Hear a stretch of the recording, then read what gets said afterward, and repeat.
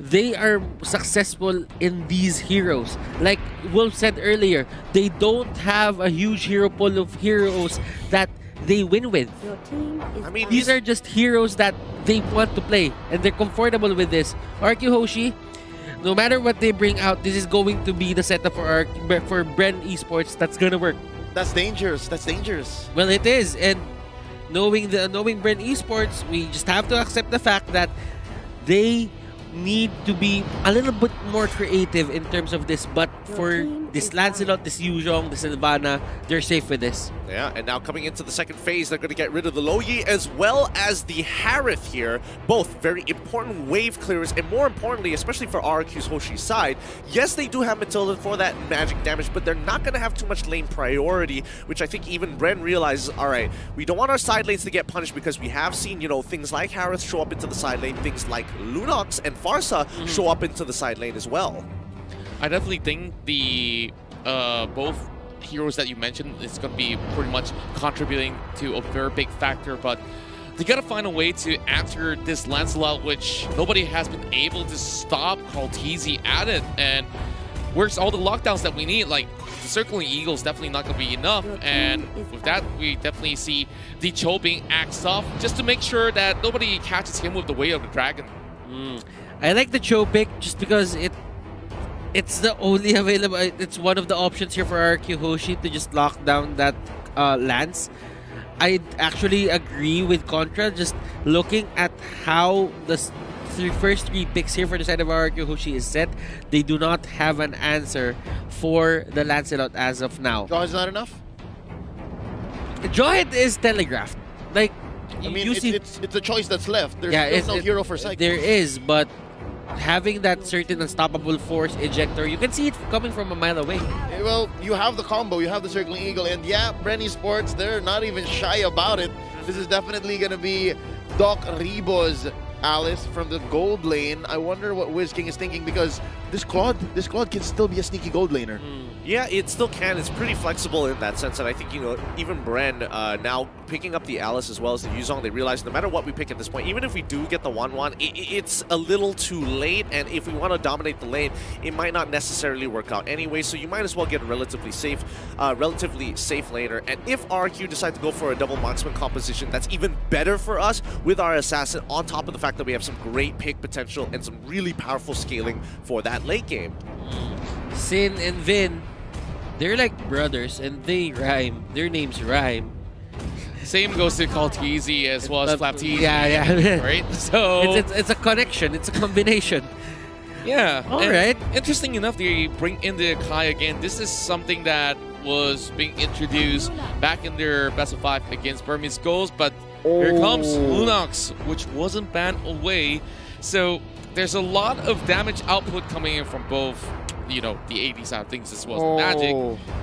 Wow, I'm liking what I'm seeing from Bren Esports. It's going to be tough for Psycho to lock people down, but when he does, boy, is it sweet. I suppose. I definitely suppose here, but I think RRQ, they've got a much stronger early game in comparison to Bren. So as long as Bren, they basically want to play the early game a little bit more passive, just focus on clearing the waves and focus on, you know, if they have to give up certain things on the invade, they just kind of have to here. They don't have a choice, and Matilda is really going to be a problem for that. But at level 4, Bren's going to have a huge swing into their favor because they're very ultimate dependent. Yeah, I like Bren Esports draft as well, but you really have to give props to that Akai pick from the side of RRQ Hoshi. You might not have the catch, that solo single target catch, but you can destroy or you can cancel his combination. And that is the thing for the Lancelot. Just don't let him burst down people. Well, I think it is time to get into the game. This is game 1. Let's roll into the land of Dawn for our semifinals matchup at M2. Boys, take it away. Well, of course, all eyes is going to be on Sin, as he will be the one that will be taking over Alpha C. But just look at Few already getting his health taken down low. Not even going to be polite about it, just yeah, you come into our range, we will knock you down a peg. Few already less than half health, not even a minute into the game. Looking at the lanes, it's R7 on the Lapu Lapu facing off against Rebo in the gold lane. Up top, it's Flap TZ versus Wiz King. So there's a little switcheroo being showed here by RRQ Hoshi. Again, you're never really sure what James is thinking. Now, onto the middle lane, this is a normal matchup. Few knows that he will get harassed a lot here as long as he doesn't have his level 4. And as you can see, the damage output in the Matilda is just way too high. But it's okay, because Few is the one getting damage, not Carl TZ. Yeah, of course, we do see Kaltizi though trying to actually go for the little wander here, and Imole backs away, understanding that Sin as well as Vin, they could actually pull off some significant damages now that he does have the double buff as well. So a little bit of push and shove coming from both ends. Bren Esports, they cannot force any issue. Yep, as Gideon said, Brenny's just waiting for the level 4, and that's when they go ahead and put it into high gear. That's when things get to start, and that's when it becomes more interesting. Right now, Turtle is coming up about 10 seconds from now in the top lane. This is Wiz King and Vin waiting to find someone, catching them off guard, and now Kaltizi just clearing the wave alongside the rest of these mid laners, preparing for the first Turtle take. Yeah, speaking of which, we can definitely see that RQ is in the prime position to be able to get that challenge in. And for Lusty, he's keeping an eye out, and here comes Psycho. Lusty is using the brush as well, but RRQ, they are going for the Lord next, and this is going to be tricky for them because the Lancelot is on the other side. Nice catch on the Few first blood drawn by Shin, and there's no counter go. That's gonna be the Rampaging Sandstorm. Lusty bites it. Flap TZ, he's a little too low. Oh, not even a trade. They do get one. It's Vin, but it's 3 on the side of RRQ Hoshi. 7.3 to 6.7. Oh, already a 500 gold lead. That was the perfect timing for RRQ Hoshi to pick a fight. Why? Because Carl TZ's orange buff expired. He doesn't have the extra damage to help their side, and now Bren Esports have to bow out from that certain fight. Yeah, and you gotta give it to Sin on his perfect position as well. He managed to get 2 kills out of that effort. And those pickoffs out there has been able to just deny a little bit more time before the rest of the Esports side, of course, comes in with some big plays later on, but Phantom Execution and stuff like that being brought out. The Wanderer secured, but all eyes are still on Turtle once again, but something's happening down here. Yeah, no, I think Rebo understands that he can rotate much faster than R7. So that means he doesn't have to miss a wave, and then he can be part of the team fight. Now, Turtle take going on here. Lusty looking for a target. He does have his Imperial Justice on cooldown. That's going to be Kaltizi taking the first Turtle. Down goes Lusty. Vin gets him down. Oh, that's going to be another takedown. Few gets eliminated. 2 for none. Is it worth the Turtle? What a pincer attack coming in from both sides. RRQ Hoshi, they just rushed right in and got Bren Esports members all caught out. And I definitely like what they are doing with the Kai, just having the Hurricane Dance in perfect position. Now, team fight for Bren here is going to be really tough, but as long as they do not give as much turrets as possible, it's going to be great. Psycho will be the first target, and he will go down. Wiz King here is getting chased down, but Sin is there to help his ally, and that's going to be Flap. But Bren, they want to go. It seems like Few will be bursted down, but it will be the Order of Burns being popped right in. Wiz King does get that double for that dive. Great exchange coming from RRQ. Kaltizi tries to take the buff away, and Finn, he tries to move right in first position, catching on towards Lusty, but Kaltizi, how far can he run with a mega kill coming from Wiz King? That was a very risky play coming out from Bren Esports. Carl just wanted to take that purple buff from Sin, but RRQ Hoshi was on top of it. Yeah, and definitely a great timing on that circling Eagle itself. Now 8-3, but the goal difference is not going to be too huge in the early phase of the game. 3 more seconds till the next objective. Well, I definitely see that right now. Members of the side of Bren Esports, they're trying to pull the trigger on a very difficult position, and that definitely didn't pay any dividend at all. Now, looking at it, this is the roster or lineup here for RRQ Hoshi that really has a much aggressive early game. they go for those turtles. When Bren Esports, they're kind of caught off guard here. Yep, here we go. Blazing Duet by Sin. He gets out of there. Battle Mirror Image.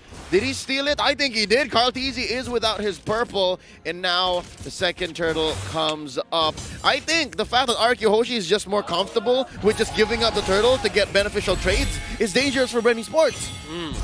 Yeah, right now the turtle is going to be the main target for both of these teams. Bren Esports really want that. RRQ does not want to give that to them. Psycho with the Petrify. Oh my goodness. Lusty just goes down. Not a good look for Lusty so far, and without that Imperial Justice, whether it be because it's on cooldown or whether it's because they catch him like that, not even blinking. Oh no, Flapteezy gets a barrage of bullets from Shin, and that's gonna be Vin putting the nail in the coffin for Flapteezy. It's looking tough for Bren Esports. 6 minutes, 45 seconds in, Doc Rebo tries to go for a push. That's gonna be R7 not able to save the turret. In comes Psycho. And of course, Blood Oath already being popped up as they will be able to manage this pretty much safely.